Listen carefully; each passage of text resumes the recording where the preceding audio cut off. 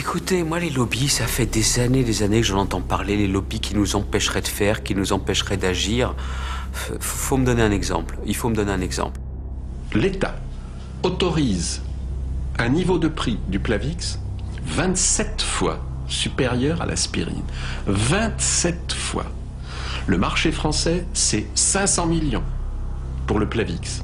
Si c'était de l'aspirine, ce serait 27 fois inférieur.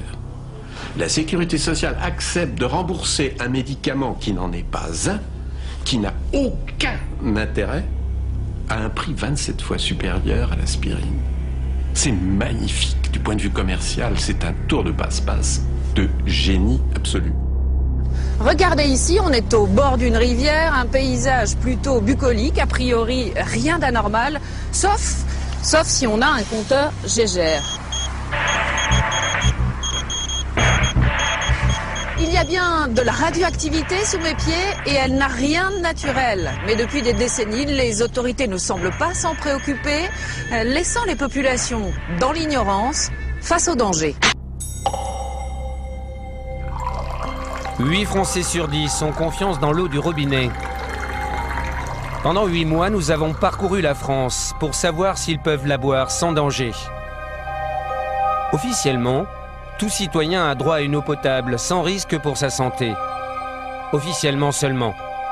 Car dans de nombreuses communes, l'eau est contaminée.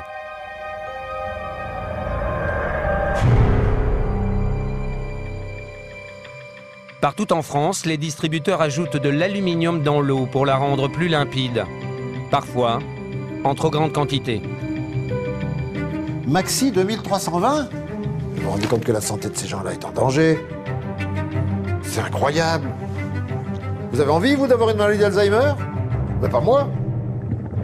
L'aluminium favoriserait la maladie d'Alzheimer. Près de 3 millions de Français ont bu au moins une fois de l'eau non conforme en aluminium. En Charente, à Eure-et-Loir ou en Seine-et-Marne, la population boit une eau interdite pour les femmes enceintes ou les jeunes enfants. On ne peut pas décemment continuer à ouvrir le robinet et avoir la pourriture qui nous sort du robinet. Il y a quelque chose qui est tout à fait intolérable. En 2008, 5 millions de Français ont consommé au moins une fois de l'eau non conforme en pesticides, malgré les risques de cancer. Dans d'autres régions, c'est le radon, un gaz hautement radioactif qui se diffuse dans l'eau du robinet. Il y a 255 000 becquerels par mètre cube. 255 000 becquerels par mètre cube, j'ai jamais vu ça nulle part. Les citoyens et les élus boivent une eau chargée en radon sans en être informés. On n'a jamais eu d'analyse de radon, en tout cas qui nous ont été communiqués, et on n'est absolument pas au courant de ces résultats. Le radon est cancérigène, mais la France ne mesure pas sa présence dans l'eau. Une nouvelle menace vient aussi d'être identifiée. Sans le savoir, les Français boivent une eau qui contient des médicaments. En Normandie, dans le centre, en Charente, en Île-de-France ou en Auvergne, nous avons recueilli les preuves de ces pollutions. Nous les avons présentées aux compagnies de l'eau.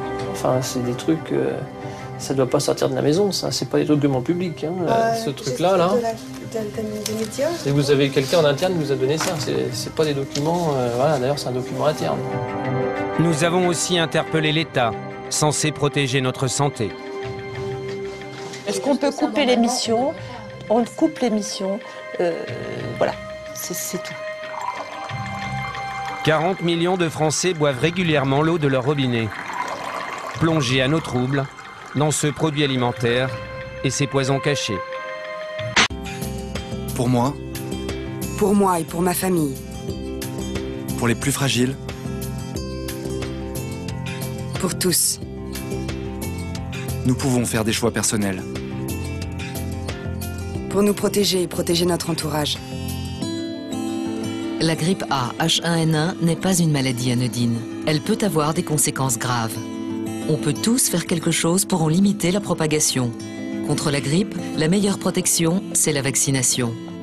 Il n'y a pas beaucoup de matière active pour ce vaccin et donc du coup on a mis un adjuvant qui va stimuler les défenses immunitaires et du coup ça va un peu trop stimuler un certain nombre d'individus qui peuvent faire des réactions et développer des maladies.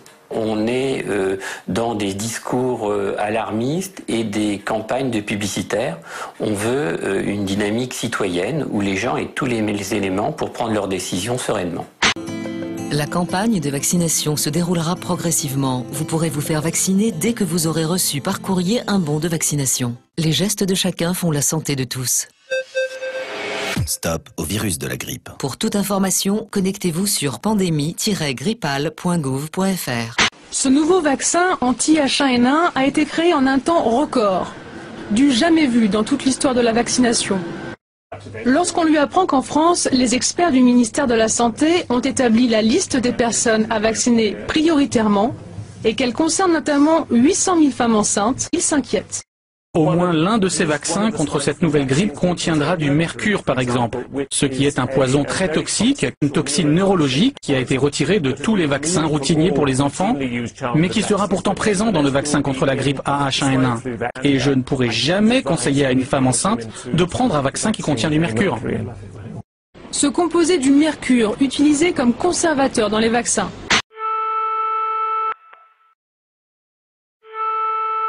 Laboratoire Sanofi, service commande, j'écoute.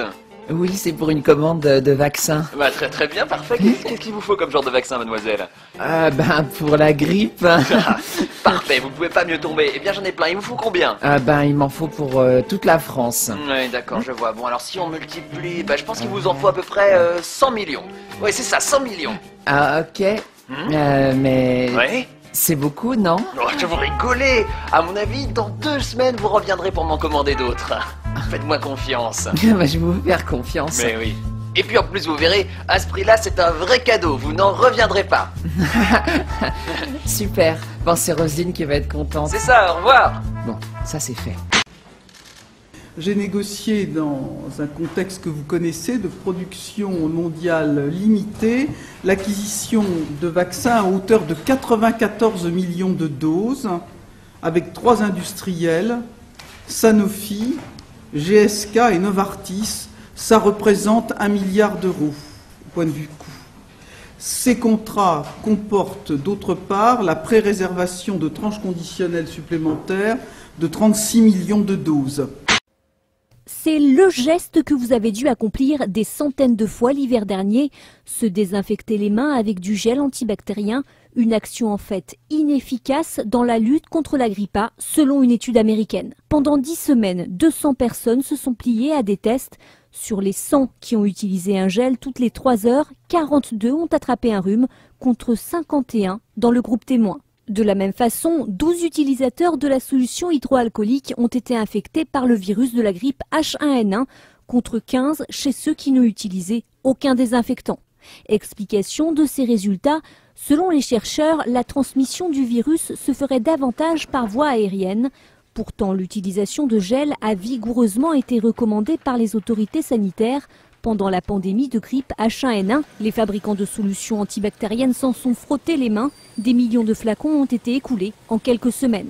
Le vaccin de la grippe va être excellent pour le marché des fabricants de chaises roulantes. L'homme vient de déposer une plainte contre X au tribunal d'Evry pour tentative d'empoisonnement. Il accuse le gouvernement d'être à la botte de l'Organisation mondiale de la santé. Je ne pense pas que nous ayons un gouvernement dans ce pays.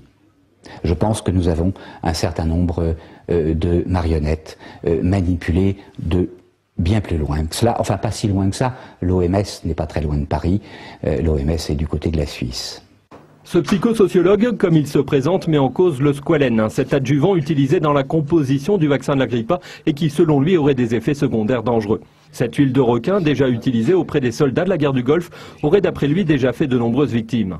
Immédiatement après avoir pris du Tamiflu, ma température est soudainement montée en flèche. J'ai eu une grosse suée, j'avais chaud, mon visage était trempé et j'ai eu encore plus la nausée.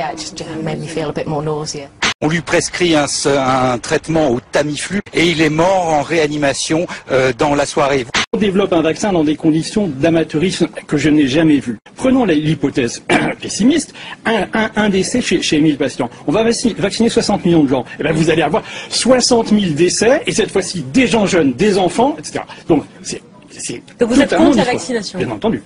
Et on a découvert quand même que GlaxoSmithKline, pour accélérer le processus de fabrication du vaccin, avait exceptionnellement mis du mercure dans ces vaccins.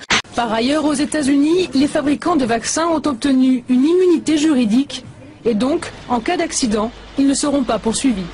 On a quand même dépensé 1,5 milliard, parce que n'oubliez pas qu'il y a les vaccins, mais il y a le Tamiflu.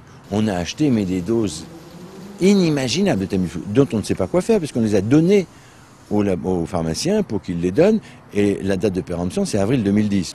Mais on a aussi acheté des millions et des millions de masques qui n'ont pas servi, des gels qui n'ont pas servi, ou peu. Donc on se retrouve avec quand même des dépenses qui sont l'équivalent de la totalité des dépenses, ou des déficits plutôt, des hôpitaux français. Ils nous ont vendu ces vaccins parce qu'ils ont dit au ministère, si vous ne les prenez pas maintenant, il n'y en aura plus pour vous. Et donc le ministère est allé un petit peu fort, un peu loin, on a acheté 94 millions en se disant c'est toujours ça de prix si jamais c'est l'apocalypse. Je vous ferai remarquer aussi qu'au mois de juin-juillet, on nous annonçait entre 20 et 30 000 morts. Et là, c'était évidemment très anxiogène.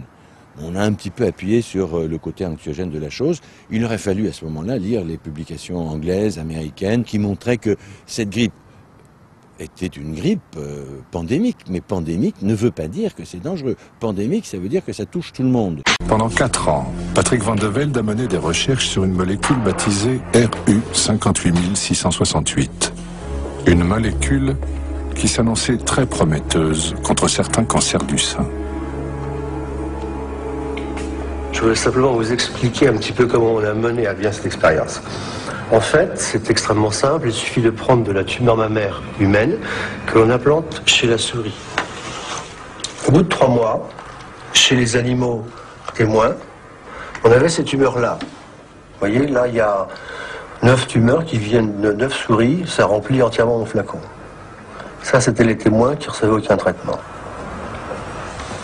Ou alors, on traitait avec notre produit, le RU 58668. Je pense qu'à la caméra, on voit rien, parce que les tumeurs sont ici, vous voyez, dans le fond. Elles sont 8 à 10 fois plus petites qu'au début du traitement. Ce produit-là, on l'a arrêté, simplement parce que derrière, il y a des gens du marketing qui ont dit, oui, mais vous voyez, 600 millions de chiffre d'affaires, c'est pas suffisant. Donc on l'arrête. C'est la loi du marché. C'est la loi du marché. On fabrique des médicaments comme on fabrique des aspirateurs. Le lobbying, ça consiste à faire les choses en amont, parce qu'une fois que les lois ou les décrets sont promulgués, c'est trop tard. C'est clair que ça influence. Je me battrai pour que les Français aient la meilleure alimentation possible. L'offre alimentaire qui est proposée aux Français, c'est une alimentation qui est extrêmement transformée par rapport aux aliments de base. Nous sommes aux environs de 18% d'adultes obèses. L'Union des annonceurs nous donnait le discours suivant, tenez-vous bien, la publicité n'a pas pour objet de faire vendre, pas du tout. Leur but, c'est aussi d'avoir des clients qui vivent le plus longtemps en meilleure santé possible pour acheter le plus longtemps leurs produits. On s'est déjà fait avoir avec l'industrie pharmaceutique. Et maintenant, c'est l'agroalimentaire qui vient nous faire de la prévention de santé publique. Mange 5 fruits et légumes par jour. Bouger mieux pour manger mieux, quelque chose comme ça. Manger, bouger.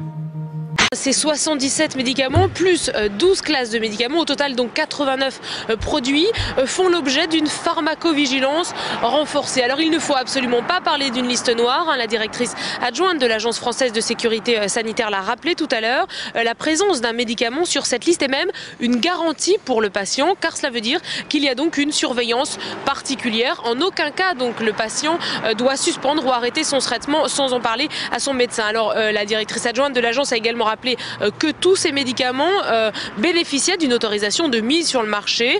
Sur cette liste, donc, on trouve des médicaments que les autorités sanitaires ont jugé à titre préventif de renforcer le suivi, et puis parce que des signaux de risque ont été détectés. L'objectif, c'est donc de poursuivre les examens, les analyses, de faire des enquêtes, et puis éventuellement de restreindre les conditions d'utilisation ou de faire des communications à destination des professionnels. Alors, je ne vais pas vous faire la liste exacte de ces 77 médicaments. On trouve par exemple une pilule du lendemain, un vaccin contre le cancer du col de l'utérus, le Champix ou encore la pilule pour maigrir Ali. Deux produits également qui eux devraient bientôt être interdits. Le Buflomédil, Fonzilane également, qui est accusé d'avoir des effets cardiaques et neurologiques mortels. Et puis le Nizoral, un antimycosique qui devrait également être interdit prochainement.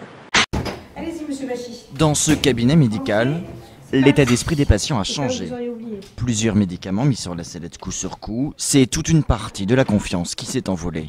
Certains ont choisi de limiter leur recours aux médicaments, d'autres s'interrogent. Déjà, quand on voit la liste des contre-indications, c'est déjà effrayant. Et puis après, quand on apprend que tel médicament peut entraîner la mort, moi, à un moment donné, j'étais prêt à plus rien prendre du tout. Certains l'ont fait, ils ont carrément arrêté leur traitement. Difficile alors pour le docteur de raisonner ces patients un peu trop pressés. C'est tout un calcul du rapport bénéfice-risque qui doit s'engager dans la plus grande humilité. Bonne réponse du médecin, c'est s'il sait, il répond. S'il ne sait pas, il dit je vais regarder. Je veux dire, un médecin, c'est pas omniscient. Moi, je crois qu'il faut accepter parfois de dire bon, vous me dites ça, je vais vérifier et je vous réponds.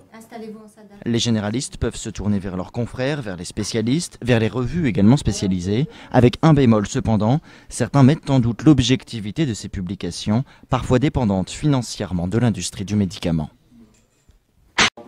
Il a pris du Mediator pendant 7 ans. Aujourd'hui, il se sent trahi. Je suis vraiment épuisé de tout ce que je fais à la maison. Même quand je me promène, je suis fatigué. J'ai pris ce médicament-là pour le diabète et cela m'a détruit. Et puis je vois que maintenant, ma vie pour moi est terminée. Le Mediator est toxique pour le cœur. Il a été retiré du marché l'an dernier après 33 ans de commercialisation. Pourtant, dès 1998, les autorités sanitaires ont été alertées des dangers potentiels de ce médicament, massivement prescrit comme coupe-faim, alors qu'il était destiné uniquement aux diabétiques. La preuve que le système français fonctionne mal, selon Jean-Marie Le Guen. Il y a des conflits d'intérêts qui sont ceux bien connus malheureusement, c'est-à-dire l'influence tout à fait disproportionnée de l'industrie du médicament dans toute la chaîne de soins. Il faut savoir que l'information des médecins sur les médicaments se fait essentiellement par l'industrie, que la formation continue des médecins et une partie de la formation initiale est très largement subventionnée par les laboratoires. Plusieurs plaintes ont été déposées. Le parquet de Paris a ouvert une enquête préliminaire.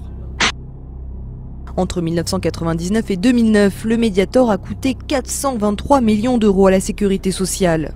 La caisse d'assurance maladie annonce qu'elle fera valoir ses droits contre le laboratoire qui a commercialisé le médicament. Pour la pneumologue Irène Frachon qui a dévoilé le scandale, la démarche est habituelle.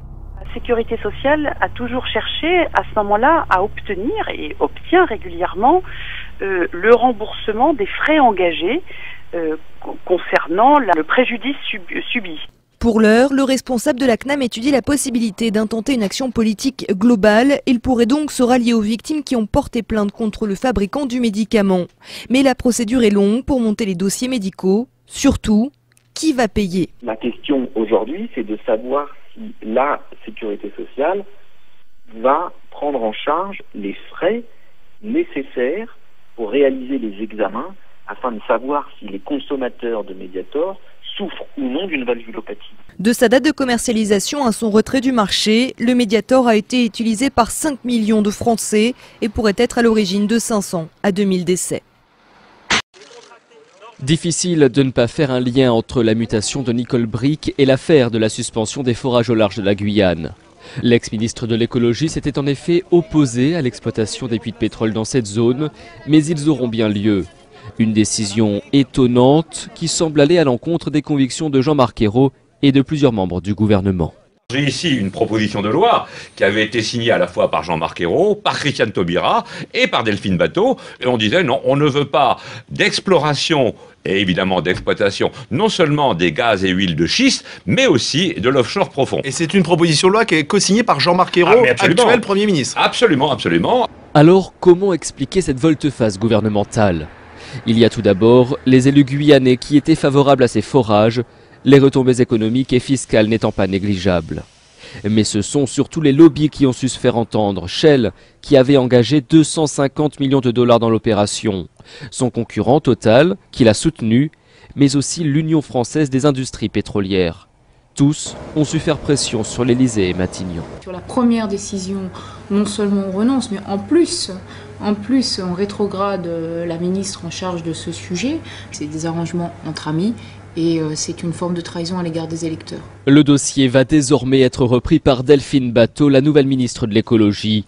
La même qui, en juillet 2011, avait signé le projet de loi contre l'exploitation de l'offshore profond. Shell believe in values. Honesty, integrity and respect for people. Shell also believes in the fundamental importance of trust, openness, teamwork and pride in what we do.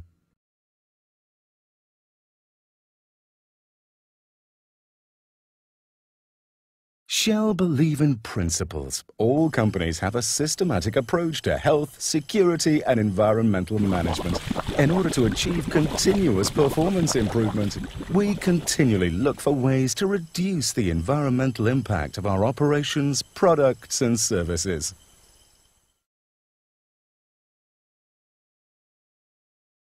Shell companies aim to be good neighbours by continuously improving the ways in which we contribute, directly or indirectly, to the general well-being of the communities within which we work.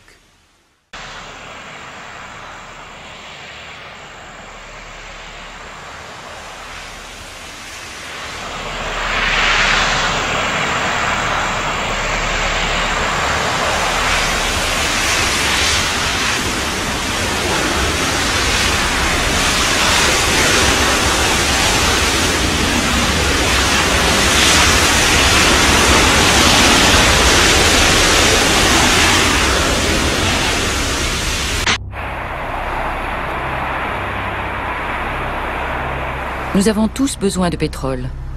Sans cette matière première, pas de mobilité. À eux seuls, les Européens consomment 2,5 milliards de litres par jour. On le sait peu, mais lors de l'extraction de pétrole, on extrait également du gaz naturel.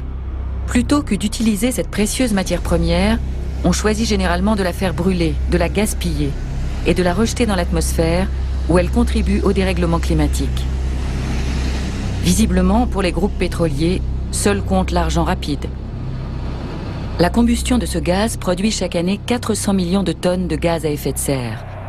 Autant que toutes les voitures d'Allemagne, de France et de Grande-Bretagne réunies.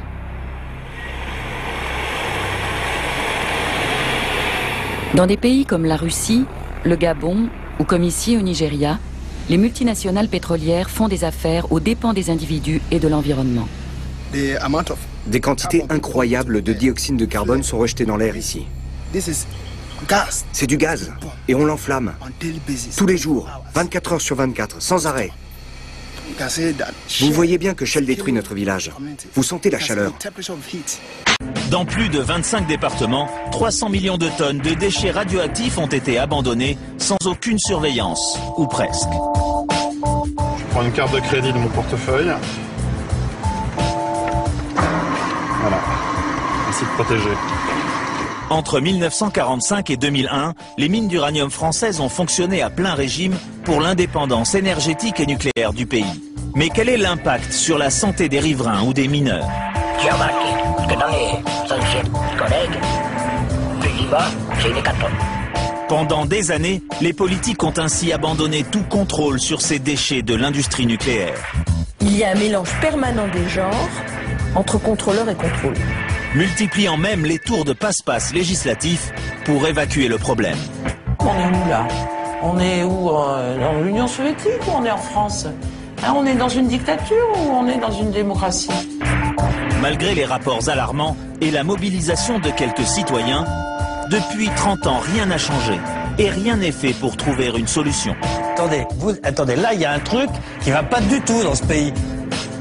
En Bourgogne, en Rhône-Alpes ou dans le Limousin, dans la moitié de nos régions, près de 300 millions de tonnes de matières radioactives sont dispersées dans les campagnes ou les villes françaises. Nous avons retrouvé des images inédites, tournées près de Limoges, en 1992, par un habitant de la région.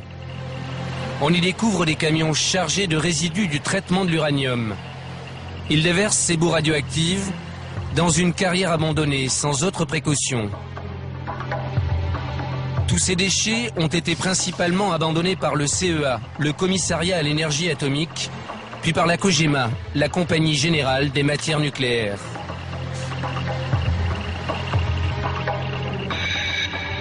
De 1946 à 2001, ces deux entreprises contrôlées par l'État ont exploité 210 mines d'uranium sur le territoire français. Pendant 55 ans, elles ont fourni le combustible nécessaire pour alimenter nos centrales nucléaires et fabriquer nos bombes atomiques. Pour cette physicienne nucléaire réputée, le CEA et la COGEMA se sont crus tout permis. La COGEMA a stocké en catimini des déchets très radioactifs.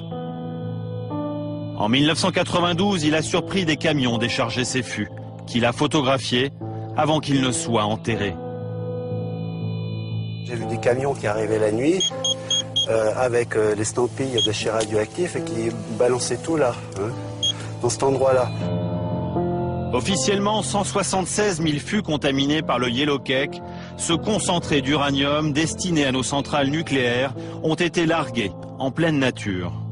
Il y a eu toute une époque aussi, il y a tout un tas de fûts concassés ou pas, pleins ou pas, qui sont mis là, des milliers de fûts. Des milliers de tonnes de déchets radioactifs de nature inconnue que l'administration a laissé disparaître. Munis de ces preuves, les associations du Limousin ont décidé de porter plainte pour abandon de déchets, pollution et mise en danger de la vie d'autrui.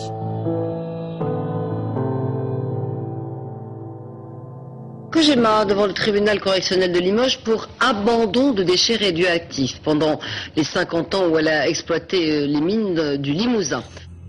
En juin 2005, pour la première fois, la multinationale française du nucléaire se retrouve sur le banc des accusés au tribunal correctionnel de Limoges. À ce moment-là, les citoyens plaignants croient encore en leur justice. Nous prétendons qu'il y a véritablement un gros problème de pollution, un gros problème de déchets et il faut que la justice passe. 5 mois plus tard, c'est la consternation. Le 14 octobre 2005, la COGEMA est relaxée.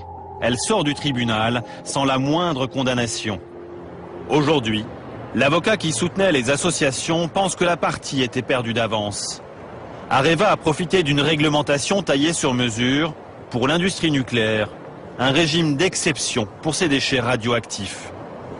Alors, la défense d'Areva, qui a été extrêmement efficace, a consisté à dire vous devez appliquer les règles du droit minier, qui sont encore une fois extrêmement favorables à l'exploitant, puisqu'elles sont faites pour permettre le développement de l'industrie minière. Donc on applique le droit minier, on applique le droit nucléaire, et la combinaison des deux fait que finalement on a une définition de déchets qui ne permet pas d'englober la plus grande partie de ce que l'on retrouve aujourd'hui dans la nature. Donc au final, officiellement à Bessines, il n'y a pas de déchets pour la justice. Alors officiellement, il n'y a pas de déchets effectivement dans le Limousin, c'est au-delà de Bessines, il n'y a pas de déchets dans le Limousin aujourd'hui. Oui. Bah, écoutez, oui, ça me pose un vrai problème. En France, le nucléaire est un domaine réservé, un précaré où les décisions ne se prendraient qu'au plus haut niveau, à l'Élysée. Nous allons vous raconter comment des ministres et des députés n'ont jamais eu leur mot à dire face à la puissante compagnie qui fournit à la France son combustible nucléaire.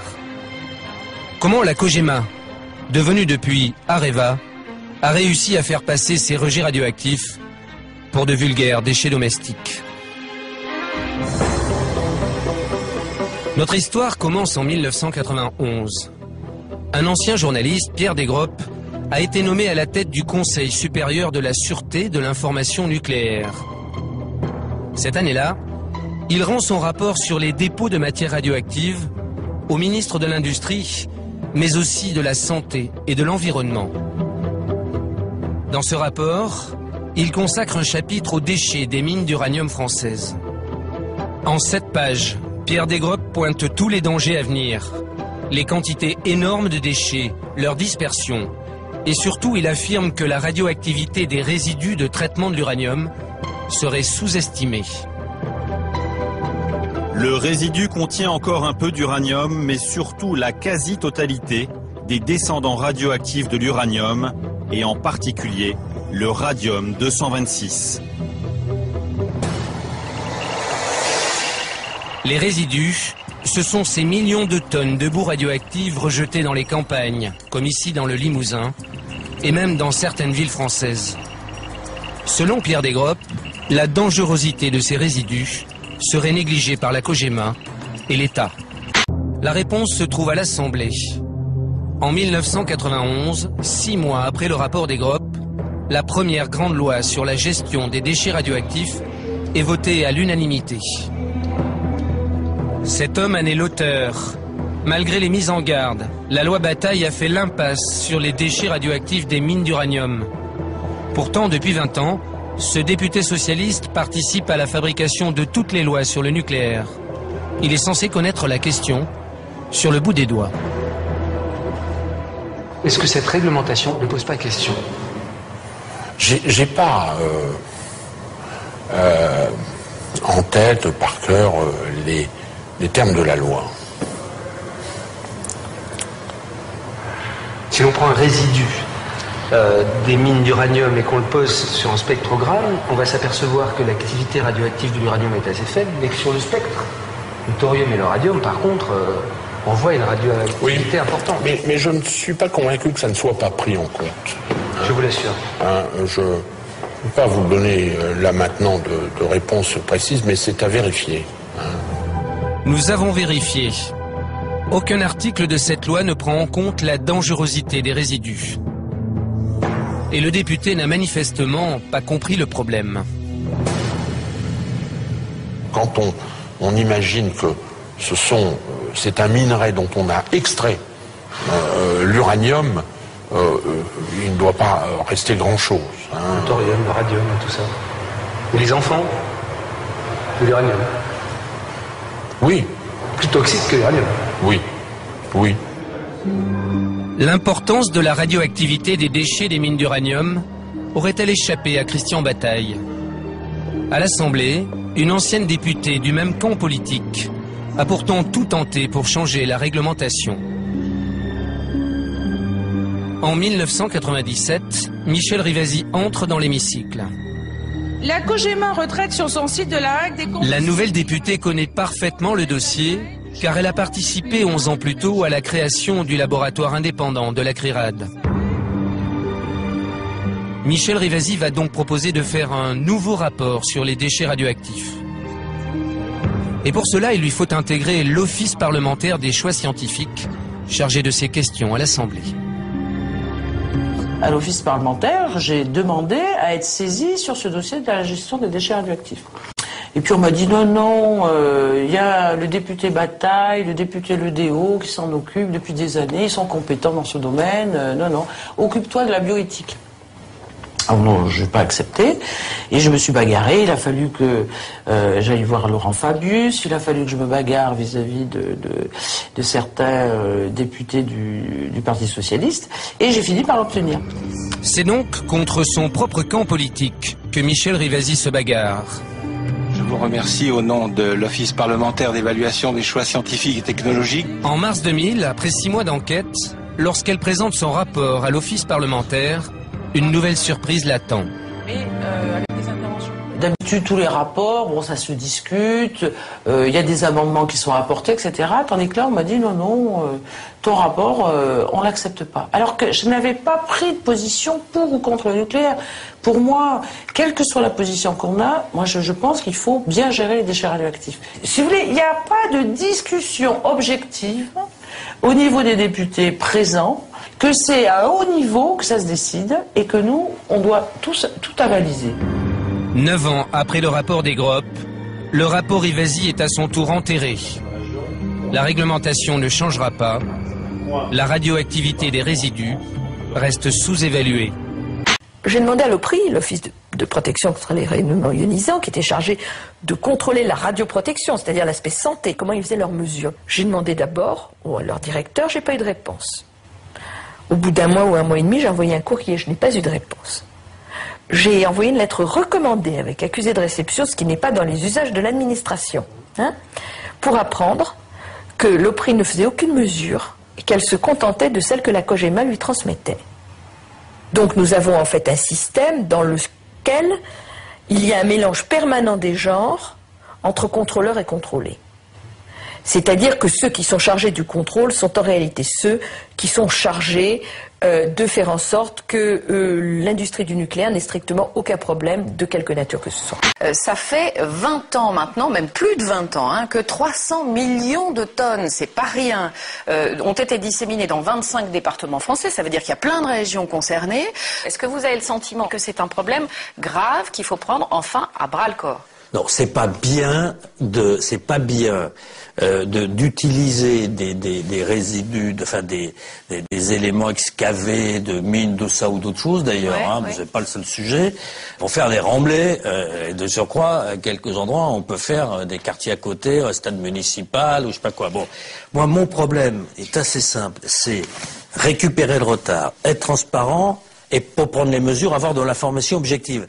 Et en même temps, mon métier aussi, ma responsabilité, c'est d'être prudent dans tous les sens. Prudent, principe de précaution, et prudent pour qu'il n'y ait pas un affolement là où c'est pas objectivement justifié. Je me méfie des deux. On vous sent très concerné par le sujet, on sent que vous avez envie de prendre des décisions, mais vous savez ce que c'est quand on est dans les bureaux, on est parfois un peu loin de la réalité. La réalité, c'est ça. La réalité, ce sont ces bouts de résidus ou cailloux qu'on a rapporté des endroits où nous avons tourné. Donc vous les voyez, il y a le sigle nucléaire, je prends ça avec délicatesse parce que ça peut être dangereux. Je branche un Radex et on va voir ce que ça donne tout de suite. Donc vous entendez que le compteur crépite. Le compteur est en train de monter, il est à plus de 8, 9... Ça y est, il sature, le compteur est en train de saturer, donc on est bien au-delà des normes. Ça veut dire que si on reste autour de ce boîtier pendant un certain temps, il y a des risques non négligeables de cancer. Je ferme, boîtier plombé, je ferme, c'est pas la peine qu'on prenne des risques et qu'on vous s'en fasse prendre. Ce qui nous a étonné, nous, c'est que ça, on l'a trouvé dans des sites où il y a des enfants qui vont jouer. On l'a trouvé au bord d'une rivière. Mais pourquoi on fait? On l'a trouvé près d'un parking, d'un truc de ski de fond. Donc vous comprenez, il y a des enfants qui vont là. Et pourquoi vous n'avez pas téléphoné ce jour-là que je viens de voir? Ah ben écoutez, on vous téléphone quand vous voulez. Mais non, mais attendez, mais voilà, c'est là. Faire ça dans un... Enfin, je veux dire... Non, mais c'est là, c'est là. Si vous m'expliquez que vous trouvez un produit dangereux, d'abord vous avez une obligation légale, qui est l'article 40. Ouais. Vous devez me prévenir, c'est une obligation, enfin toute personne détentrice de l'autorité. Vous aurez dû aller immédiatement chez le maire, chez le procureur de la République, chez le ministre, dire, attendez, là il y a un truc qui va pas du tout dans ce pays. Mais vous vous rendez compte que vous avez gardé ce secret? Mais non, pas du tout. C'est pas un secret, on vous le dit à vous, ministre. C'est encore plus important. Avec retard. Écoutez, moi les lobbies, ça fait des années que j'en entends parler, les lobbies qui nous empêcheraient de faire, qui nous empêcheraient d'agir. Il faut me donner un exemple.